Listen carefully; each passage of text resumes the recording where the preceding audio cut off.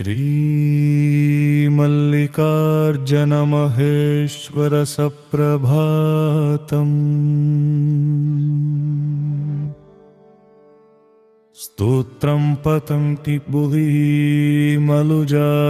प्रभातम् ते सर्वसौख्यमभूय परानवाक्यम् शेषान्धं पदमवाप्यमुदं नवन्ति।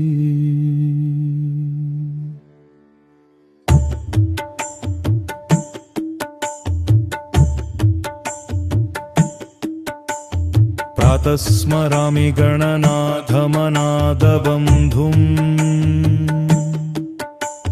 सिन्दूरपुरपरिशोभितगण्डयुग्मम्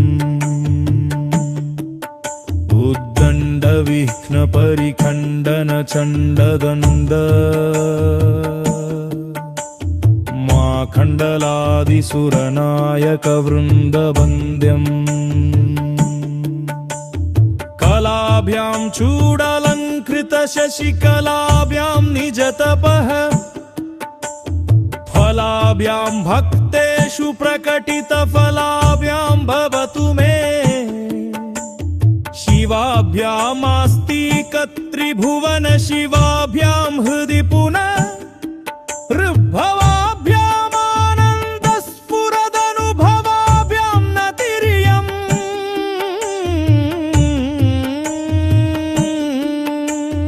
नमस्ते नमस्ते महादेव शम्भो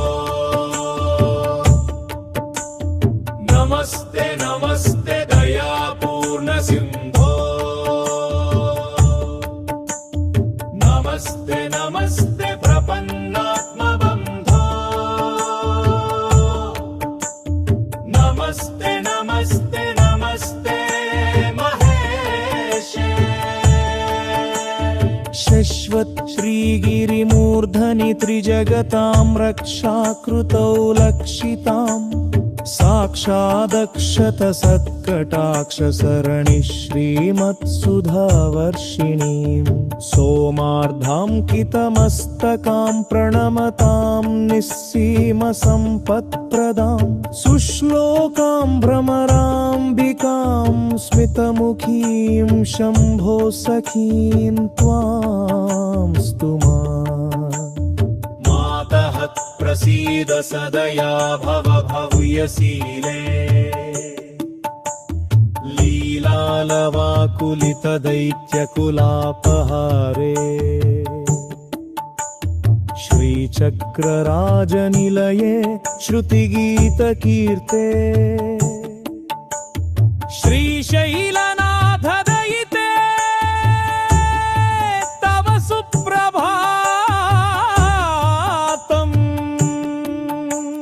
शम्भो सुरेन्द्रनुत शङ्कर शूलपाणे चन्द्रावतंस शिव शर्वपिनाकपाणे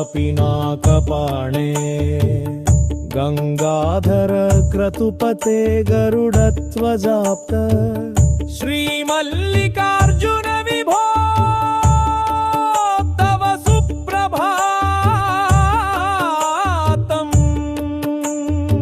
शेष विश्वजनसेवित विश्वमूर्ते विश्वंभर त्रिपुरभेदन विश्वयोने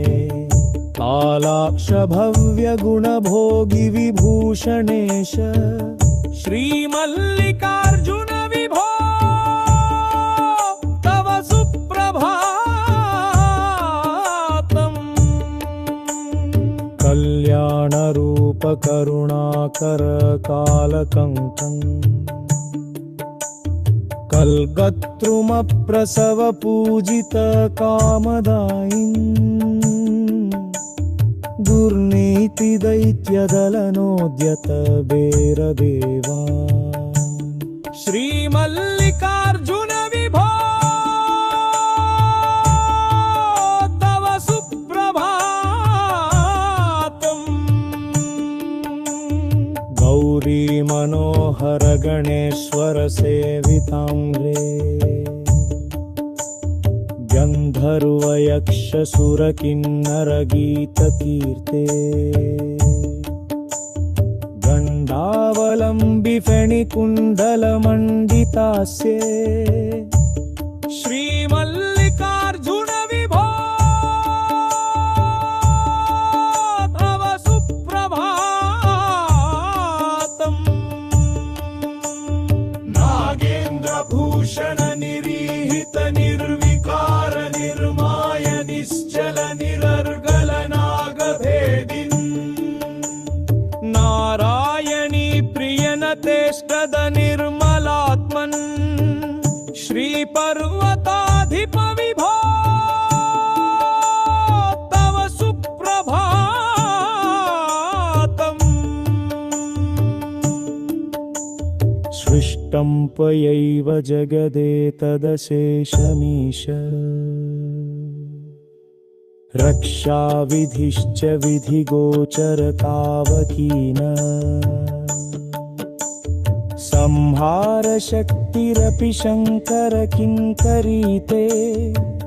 श्रीशैलशेखर विभो तव सुप्रभातम्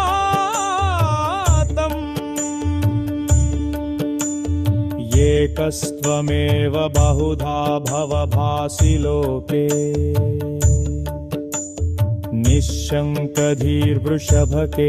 निःशङ्कधीर्वृषभकेतनमल्लिनाथ श्रीभ्रामरी प्रयसुखाश्रयलोकनाथ श्रीशैलशेखर विभो तव सुप्रभातम् श्रीमल्लिकार्जुन मृगेश्वर सुप्रभात स्वप्नं पृजन्ति भुवि ये मनुजाः प्रभातम् ते सर्वसौख्यमरपूय परामवाक्यम् श्रीशाम्भरन्तनगनाख्यमुदन्नवं क्लेच श्रीमल्लिकार्जुन सुप्रभातम् सम्पूर्णम्